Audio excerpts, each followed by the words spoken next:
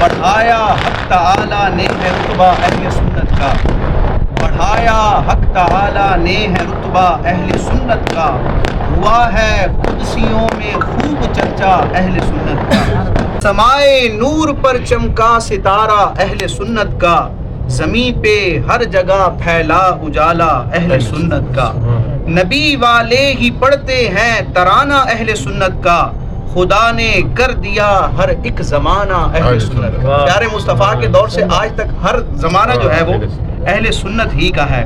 بہارے بے خزاں ہے، خوب رنگینی و نکہت ہے، اہل سنت وہ باغ ہے جس میں خوشبو بھی ہے اور رنگینی بھی ہے۔ بہارے بے خزاں ہے، خوب رنگینی و نکہت ہے، چمن رحمان نے کیسا سجایا اہل سنت کا، ملی ہے کیسی شوکت مرتبہ کتنا ہوا بالا، بڑی رفعت پہ اڑتا ہے پھریرا اہل سنت کا، کرم اللہ کا نظر عنایت مصطفیٰ کی ہے، جہاں میں ہر جگہ ہے بول بالا اہل سنت کا،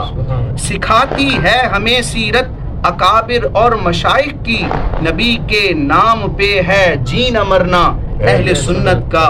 خدا کے بعد اونچی ذات پیارے مصطفیٰ کی ہے، جبھی تو نعت پڑھنا ہے وظیفہ اہل سنت کا،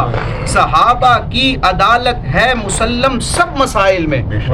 جمع قرآن سے لے کر جتنے بھی فقہ کے فروعی مسائل ہیں ان تک صحابہ کی عدالت مسلم ہے۔ اب یہ الگ بات ہے کہ ائمہ اربعہ نے ان احادیث کے ذریعے کیا نتیجہ اخذ کیا اور وہ صحابہ کرام ہی کی تعلیمات کا نتیجہ ہے۔ بہرحال کسی بھی صحابی سے روایت آ رہی ہے تو وہ روایت سچے ہونے میں اس میں کوئی کلام نہیں ہے۔ اسماء جو جرح تعدیل کے اصول ہوتے ہیں کہ یہ راوی کے اوپر جرح ہوتی ہے، یہ حدیث مقبول ہے یا مردود ہے، تو اہل علم جانتے ہیں کہ یہ سلسلہ شروع ہوتا ہے تابعین کے طبقے سے۔ صحابہ کرام کے حوالے سے کوئی اصول جرح و تعدیل کا امپلیمنٹ نہیں ہوتا، صحابی کا ذکر ہو جائے ہاں، یعنی صحابی کا نام بھی نہ ہو، بس یہ پتہ چل جائے کہ یہ کہنے والا صحابی، اگرچہ نام مینشن نہیں ہے، اگرچہ راوی کا نام معلوم نہیں لیکن ہے وہ صحابی، لہذا وہ مقبول ہے۔ تو صحابہ کی عدالت ہے مسلم سب مسائل میں، رہا ہر دور میں یہی عقیدہ اہل سنت کا،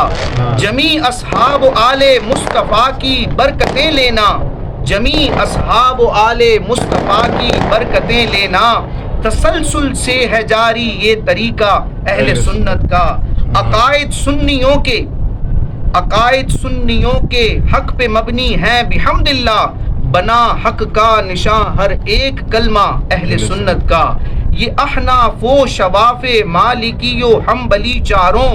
ہے سنی، سب کا مشرب ہے عقیدہ اہل سنت کا، تعارف میں اگرچہ ماتریدی اشعری دو ہیں مگر یک جان ہے ان میں ہے رشتہ اہل سنت کا،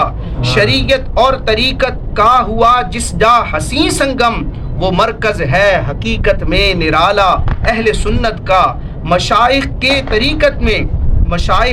طریقت میں سلاسل جتنے ہیں جاری،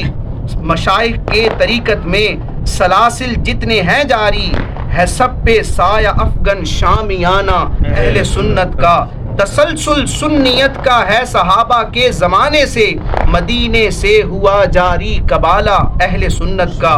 منور قلب ہیں عالم میں چھائی کیسی تابانی، تجلی شمس کی ہے یا کہ جلوہ اہل سنت کا، نبی کی ذات اقدس سے ہوئی حاصل جنہیں نسبت، عقیدت ان سے رکھنا ہے تقاضا اہل سنت کا، نبی کے عاشقوں سے ہو کے وابستہ ذرا دیکھو، ہوا ہے قیمتی ہر ایک ذرہ اہل سنت کا، یقیناً یہ صراط مستقیم و راہ جنت ہے، جبھی تو ہم نے اپنایا ہے رستہ اہل سنت کا، وہ جنت جس کی عظمت کو بیاں قرآن کرتا ہے، بنے گی رب کی رحمت سے ٹھکانہ اہل سنت کا،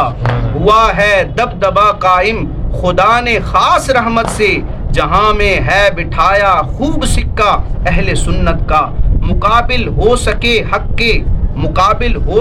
حق کے نہیں باطل میں یہ جرت، دلے باطل پہ ایسا روب چھایا اہل سنت کا، مخالف بد عقیدہ کچھ بگاڑے ہو نہیں سکتا، خدا اور مصطفیٰ پہ ہے بھروسہ اہل سنت کا۔ اور اب اہل سنت کی برِ صغیر میں درست اور بہترین اور اعلیٰ درجے کی ترجمانی کا نام فکر رضا ہے. فکر رضا اور عقائد اہل سنت ان میں ترادف پایا جاتا ہے،